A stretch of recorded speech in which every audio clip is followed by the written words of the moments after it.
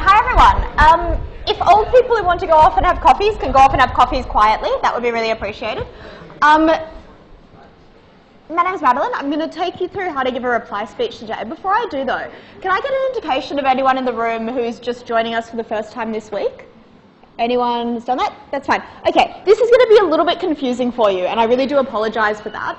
Unfortunately, there are a couple of components of debating that are more complicated than others, and this is the first session that we're going to have to introduce you to one of them. If you want to, at the end, anyone who's new to this or who hasn't done debating before or is feeling a little bit confused, come up and talk to me over the pizza break, and I'll try and clarify that for you as much as possible. And we've got a few old people in the room. For anyone who's done reply speeches before, hopefully you'll still get something out of this. I'll try and make that useful to you as well. But feel free to chime in as well with any expertise you have. I won't claim to be the best reply speaker in the world. I'm decent, but I'm not outstanding. And there may be things that other people in this room have to contribute. So we're going to try and step through that as much as possible today. Okay, so let's start with the basics. What is a reply speech? A reply speech is a 4-minute speech at the end of the usual debate. So you go through your first affirmative and your second affirmative, all of that, you get through to the end, and then there's a half speech. That doesn't mean that teams are suddenly teams of 4, they're still teams of 3. These speeches are given by the first or second speaker from that team. They're worth half the number of points of a normal substantive speech. And the negative gives theirs first. So you'll get to the end of the third negative speech, and immediately the reply speaker from the negative team will stand up. That's really important for reasons that we're going to talk about later on. The most important of them being that the negative team has a 12-minute uninterrupted block of talking. And that makes a huge difference for the tactics that you might use as a team trying to respond from the affirmative side when you know that you have 12 minutes in which you can't interject and provide your take on the debate as it's happening. So that's very important. One of the other features of a reply speech, we'll talk a little bit about what they are in more detail in a moment. One of the things they are not is another chance to offer substantive material or rebuttal. So you don't get to introduce a new argument. You don't even get to introduce a new response to an argument. So they might say something and you might suddenly realize just before the negative reply that they're completely wrong and you have the great example to prove it. You don't get to do that in a reply speech. A reply speech exclusively uses material that is already in the debate. So, what are they? As it says up there, they're a kind of biased adjudication of the debate. Imagine for a moment that we took the first speaker from each team and put them on the adjudication panel. Right? And then asked them to explain in 4 minutes why they'd awarded the debate. You'd firstly assume they awarded it to their own team, so that's going to be your bias coming in. But they're also trying to act a little bit like an adjudicator. They're trying to sound like they're plausibly non-biased, like they're objective, like they've assessed all of the facts in the debate and come up with an answer as to who should have won that debate. So to give a bit of a clarification as to what different parts of material do in the debate, substantive materials, the arguments that you present as your own, tell a judge why you're going to win the debate, what the reasons they should have at the end of the debate will be for giving you the win in that debate. Rebuttal tells the judge why you're winning, so why you're doing it in the present tense. We're winning because we had this argument and they haven't responded to it properly, and this is why. Or because they had this argument and we have a really good response to it. A reply speech tells the judge why you have already won, and that has some really important implications for the manner that you use in it and the way in which you speak, which we'll talk about now. So what does a reply speech look like? A reply is reflective. So most good reply speakers speak in the past tense, and they usually say we, as in our team, or they, as in the other team, or they might even speak in the kind of third person. So they'll say the affirmative team presented this material, the negative team presented this material. So they'll say things like, at first affirmative, we told you this, and therefore we win, because when we contrasted that with what they said, ours was better. But you're only using that material that was already in the debate. Similarly, a reply speech is, at least to some extent, quite dispassionate. So we often tell you, and this one of the reasons we don't like teaching replies quite this early in semester, we often tell you that you're supposed to be emotive in a debate. You're supposed to be engaging to the audience. They want to believe the things that you're saying. So they want to engage with you and trust you. A reply speech is a little bit different. You'd never see an adjudicator stand up and shout that someone was wrong. You'd never see an adjudicator stand up and accuse someone of being out of line in a debate in that sense. You'd never see an adjudicator use very aggressive manner. And in the same way, a reply speech shouldn't do those things. So because you're not trying to win, you think the whole point of a reply speech is to communicate that you have already won. So you don't need to fight in the same way, and therefore you don't need to have that same aggressive manner. So you want to aim for the manner that an adjudicator would use. It's still persuasive, but it's unlikely to be angry or aggressive or outraged or deeply emotional or anything like that. So, well, by the way, when we get to the end of this, I'll show you some examples of some good reply speeches, which will hopefully make this look a little bit clearer. I'm going to take a brief kind of tangent here and give you a bit of debating history. Those of you who are a bit older in the room know that I've been around for a while. I'm not that old. When I started university debating, reply speeches had very different rules than they do now. Or more accurately, the rules are still the same, but they were enforced much more stringently then. You can go online if you want for a comparison, by the way. On our YouTube page, there's a training session for how to give reply speeches from back in 2010. And it will be very different from this one. It will have a very different way of talking about certain aspects, and I've listed some of them up there and I'll go through them in a moment, of reply speeches. I think reply speeches are probably one of the more volatile areas of free-on-free debating at the moment. The way that judges assess them is radically shifting, and it's worth being aware of that, because if you hit a judge who, like me, has been around for a while, you're risking, if you use things that are very commonly accepted by younger judges today, you're risking them feeling that you're doing something wrong. So it's worth being aware of this. It's not too complicated. At the novice level, it doesn't make a great deal of difference. But for those of you who've been around for a couple of years now and are trying to move it on to the next level, it's worth being aware that these are some of the changes that have happened. So when I started university debating, manner was pretty much required to be unemotional. And a bad reply speech tended to sound like an absolute monotone geography lecture. There would be absolutely no raises or moves in pitch, because there were judges who were exceptionally strict on any kind of emotive language, and the response that a lot of speakers had to that was to be entirely unemotional. Past tense was pretty much required. People panicked if they accidentally said I instead of we. So there were much more stringent requirements in terms of the language that you chose to use. So much as mentioning something that happened in another team's reply was out of line entirely. I went back and listened to the reply speech session that's up on our YouTube page and was kind of shocked to remember that and listen to that and go, oh yeah, you actually couldn't do that. These days it's much more accepted to kind of refer to things that have happened later in the debate that perhaps you haven't had a chance to rebut in substantive argumentation. And people were even considered to be pushing their luck if they started to compare third negative ideas or third negative rebuttal to other arguments that had already existed in the debate. Explicitly acknowledging your allegiance to your side, things like saying, and that's why we win, was considered pretty rude. That in particular has changed. I cannot think of a reply speech I've seen in the last 2 years where someone hasn't said something similar to, and that's why we won this debate. So all of those positions up there have shifted to various degrees. They've changed in some way. But those of you who are older and debating more competitively will occasionally come across judges who are a little more strict. So there are some things that you can do to protect yourself in those situations, and some of those involve just careful language choice. It doesn't really doesn't really cramp your style that much to speak in past tense or anything like that, but it does mean that you need to be a little bit aware that some judges have very different ideas about what a reply speech requires. Moving on into some of the more detailed aspects of it, I'm going to start by talking about the style of a reply speech, and as I said, I'm going to show you some examples at the end. It is certainly, as I just said, the case that you are allowed to be a little bit more pushy than you used to be, but your manner should probably still remain in the spectrum of what would be an acceptable choice of manner for an adjudicator. That's not to say, by the way, one of the reasons that the attitude towards manner has shifted is people have become a little more willing to accept that judges are not always totally dispassionate. When a team does something outrageous, judges usually are outraged. When a team does something that is really contradictory, judges usually have a little bit of a tone of mockery when they talk about that, and you can't really help it as a human being. So there's a greater acceptance in debating, I think, that judges will have those tones and those changes in attitude or those changes in voice. And so there's a greater acceptance of their existence in reply speeches these days. And in that line, standard rules of persuasiveness apply. Your manner should complement what you're saying. But because you're trying to persuade an adjudicator that you have already won, one of the really important features of a reply remains that you're trying to persuade them that there should be actually no argument over that. There's no reason for you to be outraged because it's an objective fact that you're stating.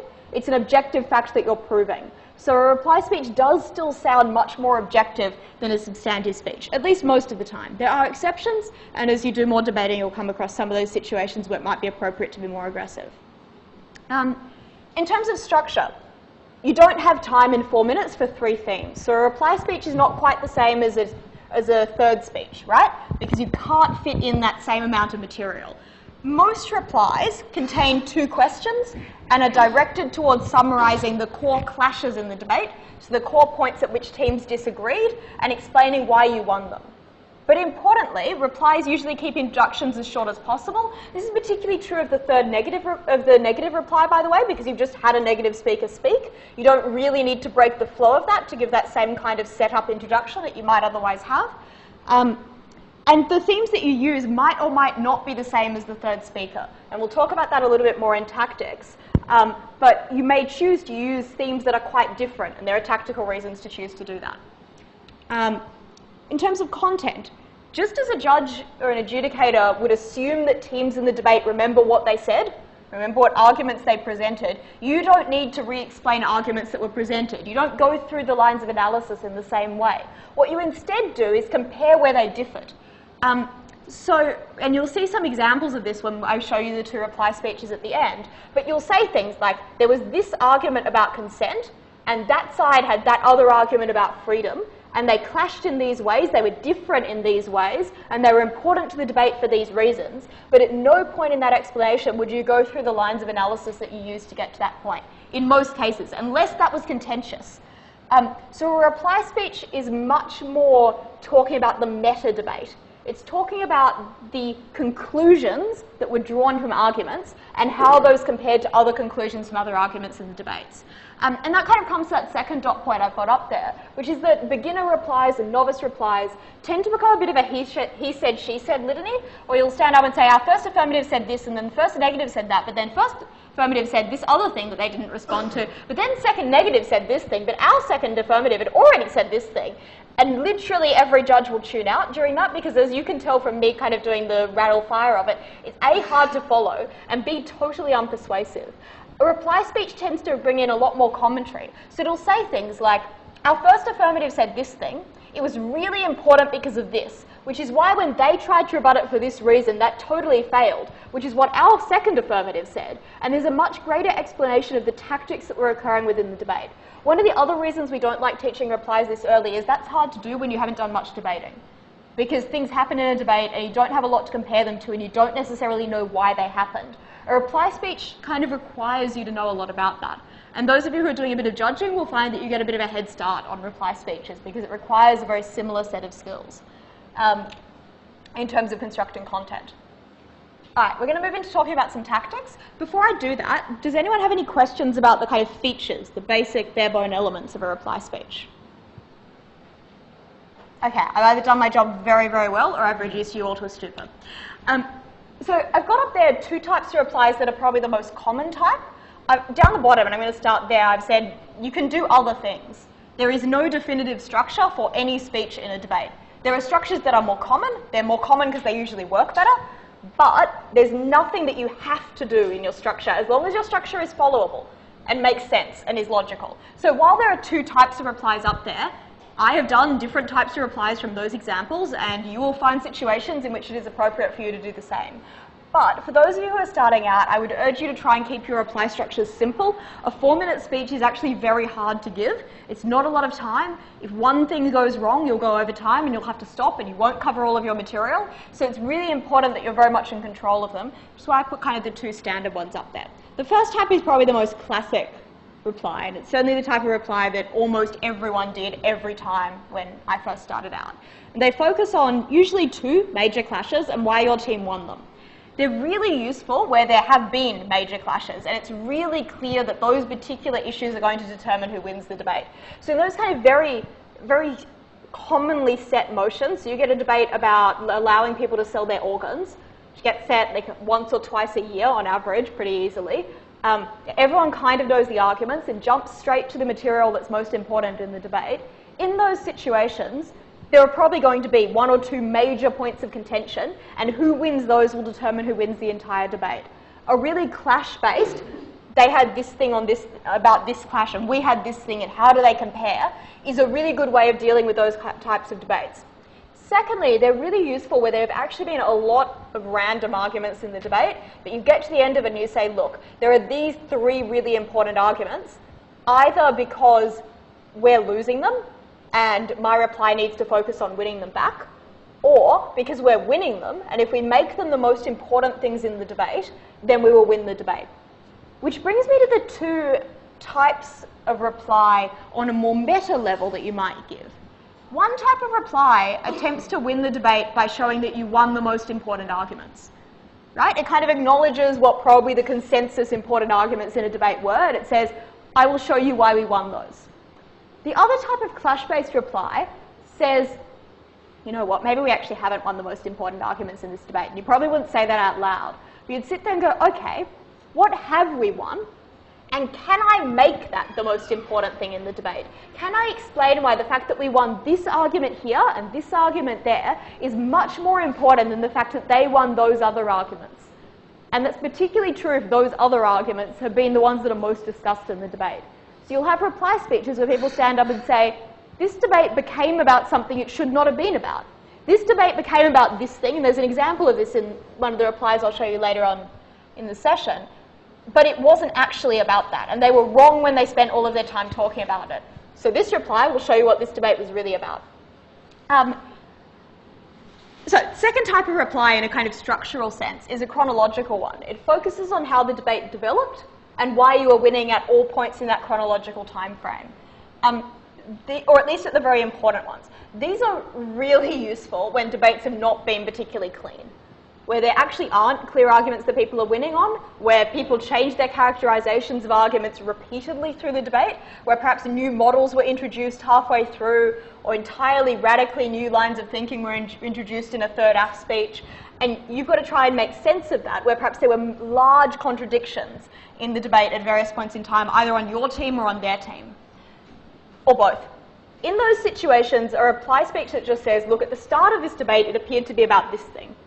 And for these reasons, we won that. Then those guys got up and tried to change it to be about something else, because they knew they were losing. We won that as well for these reasons. Can be much more useful than trying to go through argument by argument, because each individual argument that you might separate out in that kind of situation might have three different, totally radically different philosophical underpinnings in the debate, and trying to analyze them as all the same will be very confusing and difficult.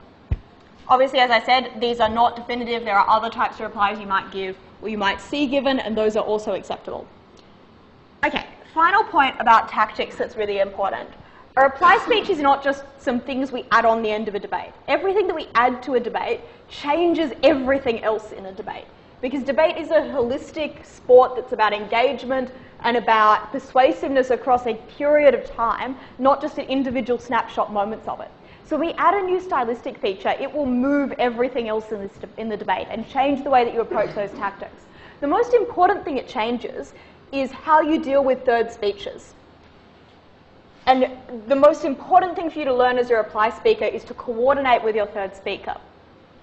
On the affirmative side, the third affirmative speech is going to be followed by 12 minutes of negative speeches. We call that the neg block. And it is difficult to deal with a neg blocker from the affirmative side, because it's a long time for them to have uninterrupted, and you get just 4 minutes at the end to try and claw back those characterizations. So it becomes much more important than it is generally in 3-on-3 debating for your third affirmative speaker to really wrap up the debate and provide some kind of summary. You want the debate to feel a little bit over at the end of the third affirmative speech, much more so than you would normally, because you don't have that luxury of knowing, well, it's just 8 minutes and no one expects us to have responses, so if we don't have them, fine, because there's no speech after that. When you have a reply speech, there's kind of a perverse feeling that you should have responses from adjudicators, and so when the debate radically shifts in the neg block, then often you'll find affirmative teams actually really struggling to catch up, but then also being penalised for not having caught up because they had a chance. And obviously that's bad judging, but it's also something you should protect yourself about. So being really clear at the end of your third act speech why you've won the debate, why it should be considered over, and why they should just wait for your reply speech to wrap it all up together into a nice little bundle is really important. On the flip side, on the negative, you get a new added advantage to take and to use. For one thing, you don't need to have a conclusion at all as a third negative speaker. In fact, it's probably counterproductive to have one, because it's a waste of your time. It takes away from analysis, takes away from injecting other points of rebuttal that could then be utilised by your reply speaker. Your reply speaker is your summary, so there's no need for you to do that. Instead, you can just focus on actually winning the issues so that your reply speaker can explain why you won them. It doesn't mean you throw everything out. You still want to explain why arguments are concluded. That's useful to have. But you don't have to do the same level of detail that you would normally do in a conclusion at a third negative speech. It also means coordination is really important, and I alluded to this earlier. If you're about to stand up and give a third neg speech, your reply speaker should know what your themes are, and also should know on what grounds you're trying to conclude the debate. So the tactics of a reply speech is to prove to the adjudicator that you have won. It is much, much easier to do that if you've already started to sow the seeds of it. If your adjudicator already has some inklings about what the most important arguments in the debate are, for instance. So your third negative speech should to some extent start to lead into that reply speech. It should emphasize the same things that are likely to be emphasized in the reply speech. Or if it doesn't, there should be a good reason for it. And there's one exception where you might choose not to have the two fit very well together. And that's where there are perhaps two very different characterizations on which you think you could win the debate, but you are worried that it's going to be an exceptionally close one. And in those circumstances, there is perhaps logical reason for you to hedge your bets a little bit. It obviously means you will do neither quite as well, but there are reasons and situations in which you might decide you want to try and do both. And you might do one in the third neg speech and do the other less, and then put more of the focus on the other in the reply speech to cover your grounds to some extent and give your adjudicator competing characterizations on which to award you the debate. But it is more difficult to pull off because it means neither one of those get the same amount of attention. So obviously there are some big impacts on other speeches, and there are impacts on first speeches and second speeches as well, but they're not quite as radical as the impacts on third speeches. Okay, so the reason that we're doing this at all, in terms of this session, is that right after the Easter break, you'll have the DAV President's Cup, which, as I understand, some of you will be debating at, and many of you may wish to also judge at. As Shweta said earlier, that tournament will include replies. Australs also uses replies, as do some of the other tournaments in the second half of this semester. So it is really important to be able to judge them if you want to turn up to a tournament and judge, and I'd really recommend turning up to tournaments and judge because it's a great way to learn, and a great way to learn how to debate and to see good debates that you wouldn't otherwise necessarily see. But it does mean you need to know how to do it. So the first thing to know, and this is perhaps more a reminder for those of you who've been around for a bit longer, there's this kind of weird myth that bubbles up in debating from time to time that reply speeches can't change the outcome of a debate. It is not true. We would get rid of them if that was the case. No one wants to sit in that room for another 8 minutes. Replies are not actually that enjoyable to listen to either. Like, we're not keeping them for sentimental reasons. They are capable of changing the result of a debate, and they should be assessed as such. But a reply speech is very, very dependent on the material that already existed in the debate. So a third speaker is to some extent bound by the mistakes that their first and second speaker have made, right? Their speech will be impacted by the quality of earlier speeches in the debate to that extent. But they at least get to provide new rebuttal. As a third neg, when your team has completely missed the point of the debate and provided not a single relevant point of analysis, you can at least do that. As a reply speaker, you can't. So it is very difficult in an absolutely dreadful debate to give an absolutely excellent reply speech because you've got no material to work with. So while a reply speech can change the outcome of a debate, sometimes quite radically, they are worth less points, and they are hampered by the fact that you're to some extent constrained by what material has already existed in the debate. So while you can win from reply, it is more difficult. And that's something that you should be aware of as a judge. And if someone just presents an astonishingly excellent characterization of the debate, you should ask yourself whether that characterization was in any way accurate of the material that came before. If you think the affirmative is winning by 4 or 5 points going into the reply, and then you come out and think, you know what, I must have been wrong, you should at least check back through your notes and see if that reply speech did indeed reflect the material that actually happened in the debate. One of the things that a lot of young judges struggle with is assessing when a reply speech is good, because the manner's different, they're trying to do different things, they're not trying to persuade you of arguments in the same way, so you can't just be like, well, they won that argument, so they won the debate. That does make it much more difficult. One of the things that, there's kind of two ways you can think about it. The most basic way is to just say, was that an average speech? If so, let's give it an average score. That's kind of a useful starting framework. What's useful to also have in mind is that a good reply, and the measure of a reply that is persuasive and convincing is what I've got up there on the board. A good reply is one that would be likely to change your mind in favour of that team if you did not already believe This is what happens when you write things at night. I'm going to correct that. Unfortunately, it'll still be there on the recording forever. Never mind. Yeah, so if you did not already believe that they had won, obviously a bad reply is the opposite. A really bad reply convinces you that the other team won. A not particularly good reply, kind of weak reply, doesn't really convince you of anything. An average reply kind of convinces you a bit, but doesn't really massively change your mind. And then as you kind of go up the stages, it becomes more likely that that reply speech would change the mind of someone who did not already believe that about the debate. But it is a little bit more meta than assessing a speech. So when you're assessing a first affirmative speech, you're assessing whether or not they would have convinced you of the truth of those arguments. When you're assessing a reply speech, you're assessing it kind of one tier removed. It's whether they would have convinced you of the persuasiveness of arguments that had already happened in the debate. So it's not about whether or not you were then persuaded that those arguments were true. It's about whether you were persuaded that those arguments were better than they actually were. And that's what a reply speech aims to do. If you see a team do that, reward them for it. A lot of people are very conservative in reply speech scoring. They shouldn't be. A good reply can be amazing to watch. All right, I'm going to show you some examples now. I'm going to preface this by saying the best examples I could find were from a debate that is a little bit technical, and some weird things happened. That's because the best reply speeches tend to happen in debates where some weird things happened and there was actually some work to be done. There will be times, obviously because these are reply speeches that are referring back to things that had happened, there'll be times in there are two reply speeches I'm going to show you where you just want to understand what's happening because it's a quite technical referral to things that had gone wrong in other speeches. That's fine, don't worry about that. Here are the things I want you to take out of these speeches. Have a look at the manner. Have a look at the language that's used. Have a look a little bit at the structure.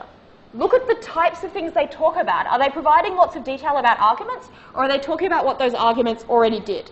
So these are two quite good reply speeches from Australs several years ago now. I might just do some lighting.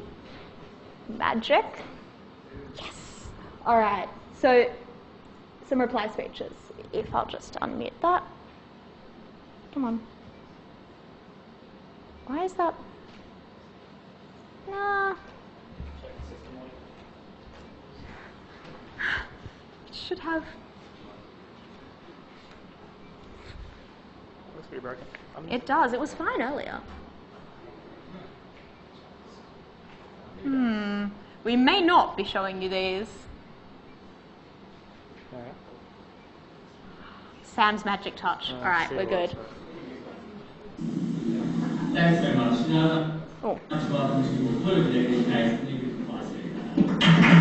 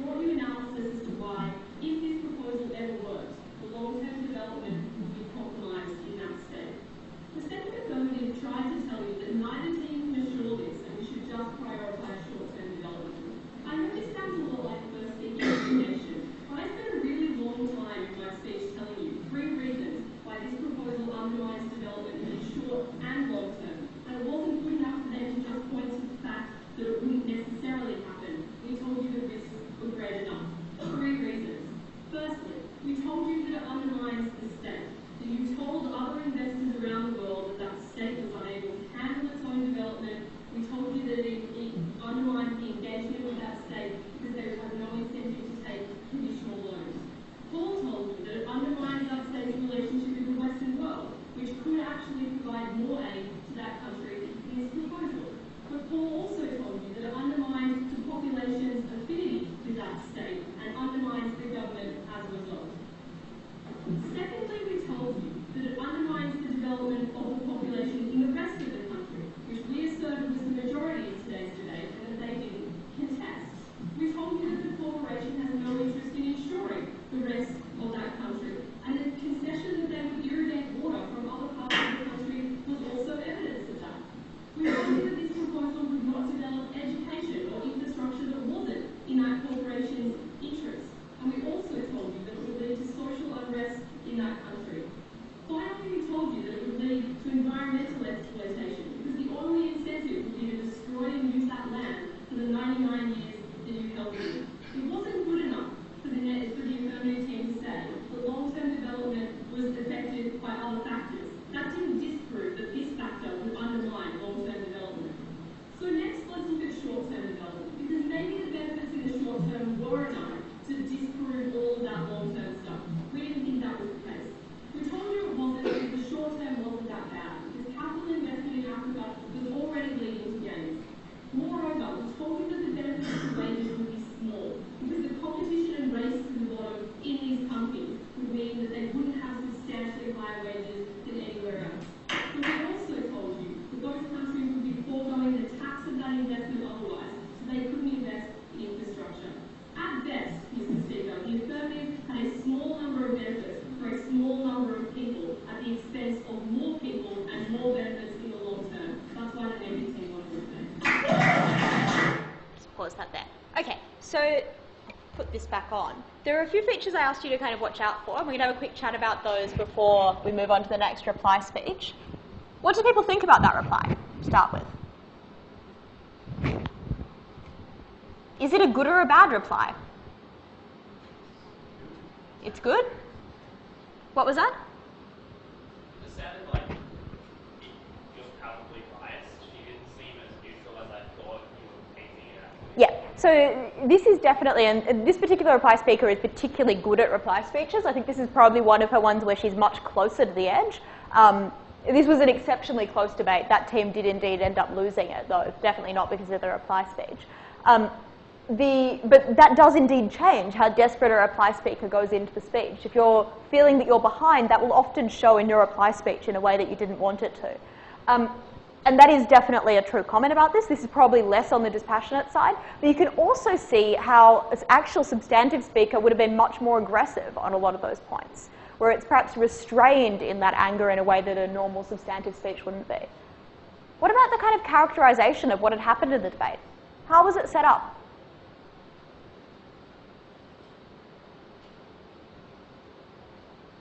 If you had to characterize it as issue-based or a bit chronological, which would you say it was? What was that? It's mostly issues, but there's some kind of underlying vein of this is how the case developed as it went on that kind of flows through it. And I think that's something that's really useful to pick out in terms of the way you can do reply speeches. They don't necessarily have to be one or the other, and as you get better at them, you'll be able to walk that line a little bit finer. Anyone else have any other comments they want to make about the reply, or should I put the next one on? Yep. Just that, the whole first half of that was not about particularly responding to any of the examples brought out by the other team, but by explaining which examples were important and on what basis those examples were important, and how important they were to the debate means that she doesn't have to win all the examples. She can just say, we won this example, and that example wins us the rest of it. Yep. And it was a very example-heavy debate from memory. Okay, so this is another reply speech. Probably also a little bit on the aggressive side. Unfortunately, I don't have a good video example of one of the more calmer ones that was easy to hand. But have a listen to this one and see what you think is different about it.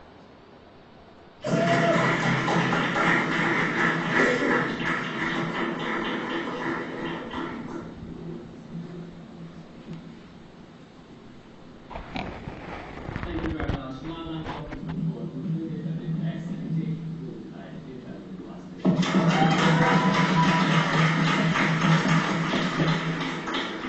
my negative was deliberately misleading in the speeches, and I thought it was appropriate for me to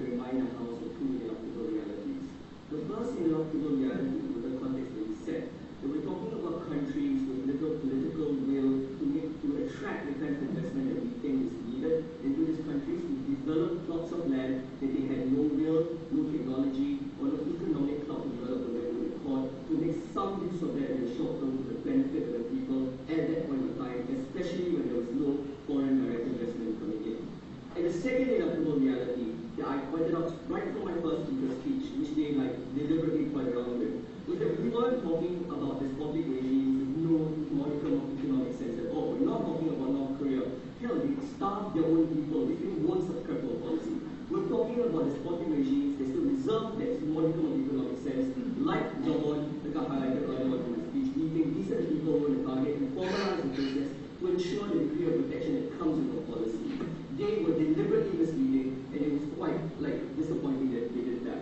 So let's take out all their points one by one and see how we got this debate. The first is the clash of competing policies, right? Because Eleanor's entire speech revolved around the idea of benefits of foreign direct investment. We made it extremely clear from Sadhana and Robin that it was not an idea about selling plots of land or foreign direct investment. We think they were compatible. We think this is a debate where this fails, when foreign direct investment fails, then what do we do with this?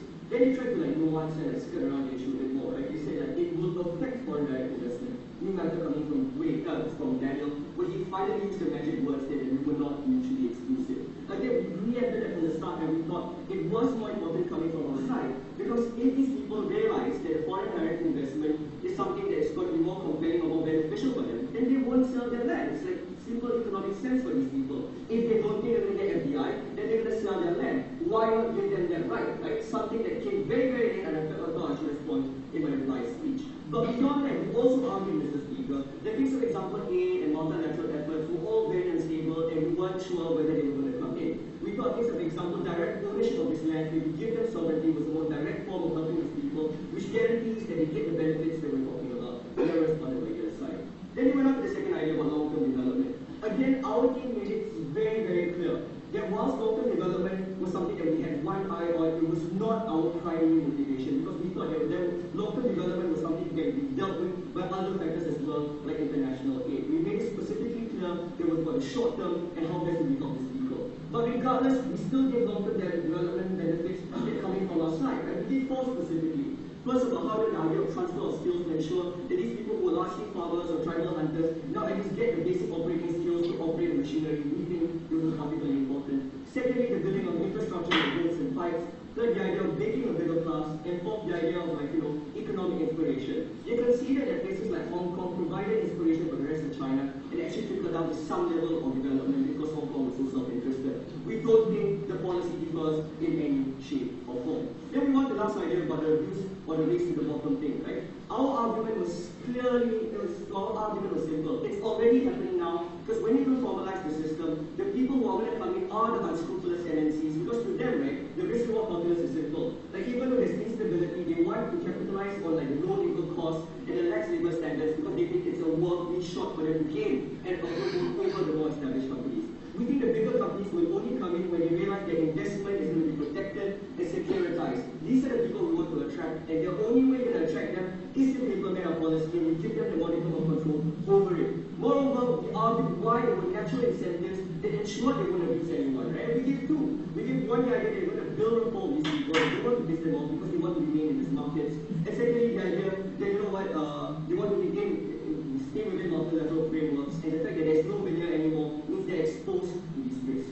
Mr. Speaker, it is extremely clear. We're talking about the short term, how best we deal with it. They've been fluttering around the issue throughout the debate, and we are extremely proud to do it. Alright, what do people think of that reply? Pretty aggressive.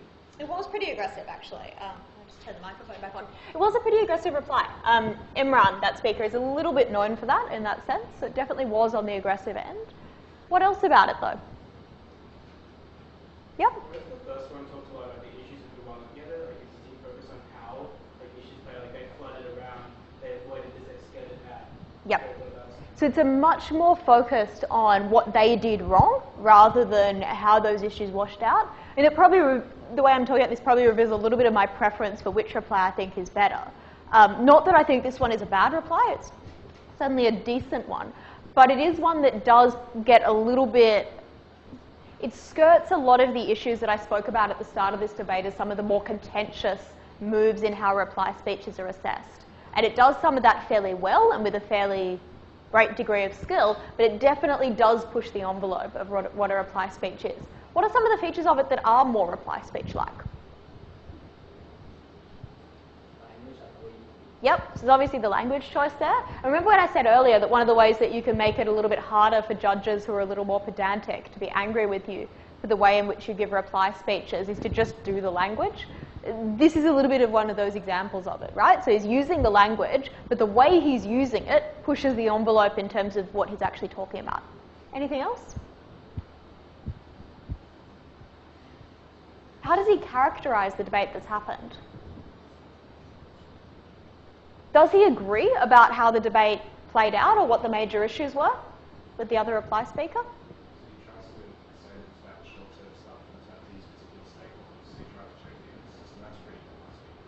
Exactly. So it puts the focus on the things that he thinks he's winning, or that he thinks he'll win the debate on the grounds of. It's very much what a reply speech does, and it explains why those were the most important things. So, I mean, these are just two examples. They're not necessarily the best reply speeches ever given. They're pretty good, though. And you'll see a lot of reply speeches, and you'll get a bit of a feel for it as we start to move in towards Austral style. Unfortunately, having done this, I don't think we're doing reply speeches this evening. We might. I'll check with Keith about it. And you can certainly go into the room and tell your judge that you'll be using them if you want to. Those of you who are prepping for Easters, there's probably no point. As I said earlier, they do shift the way in which a speech plays out, not just within these speeches, but within other speeches in the debate, and that's not necessarily a useful thing to do to yourself. But I have a few reminders before I send you off to get pizza, so I'll quickly run through those. Thank you everyone for listening. The first thing I do want to say is this is obviously one of the more boring sessions. We just have to get it out of the way every year because at some point you have to learn how to do replies. For those of you who haven't come to too many sessions before, please don't let it put you off. They're much more exciting most of the time. And we really do hope to see you all after the Easter break for some much more exciting fun times. Pizza break is next. That's over in the law basement, or some part of the law basement, considering be outside because the middle of it's all fenced off for them to replace the carpet. And other things. Don't forget about Austral sign-ups. Also, if you want to attend DavPres Cup, you're very, very welcome. Please get in contact with Matt or Nisha if you'd like to volunteer at Easters. And there was one other thing. It's going to come to me as soon as I open it up, isn't it? If you want to do the practice debate after pizza break, please make sure you sign up with Keith as soon as possible. Or if you can't find Keith, come and talk to an old person. If old people could wave. Old people wave. Tom, that's you. You're on the exec. These people will be able to help you find Keith if you would like to sign up for a practice debate and have not already done so. If you are leaving, please tell Keith or someone old that you are doing so that we don't assign you to a practice debate. Thank you, everyone. Have a great pizza.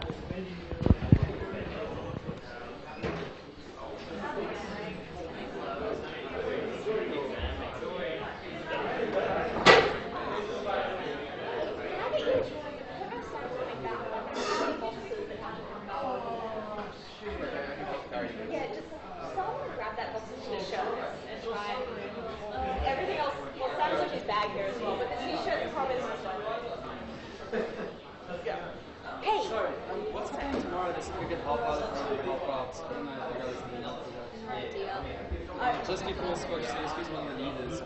Oh, so that would be about Australs, I think. That's actually over the Easter break. No, she's speaking about the schools tomorrow. Oh, right, the schools training program. So we run a bunch of training programs in schools. Okay, I'll find you someone appropriate to chat to in a moment. Yeah. But basically we have some sessions in a school coming up tomorrow that we haven't found anyone to do yet. It's a paid job. I don't know how much they're paying for this particular one. I just think it's great. Sure, okay. Well, I will make sure that I find Liam and get him to talk to you over the pizza. Cool. Thank you very much. No worries.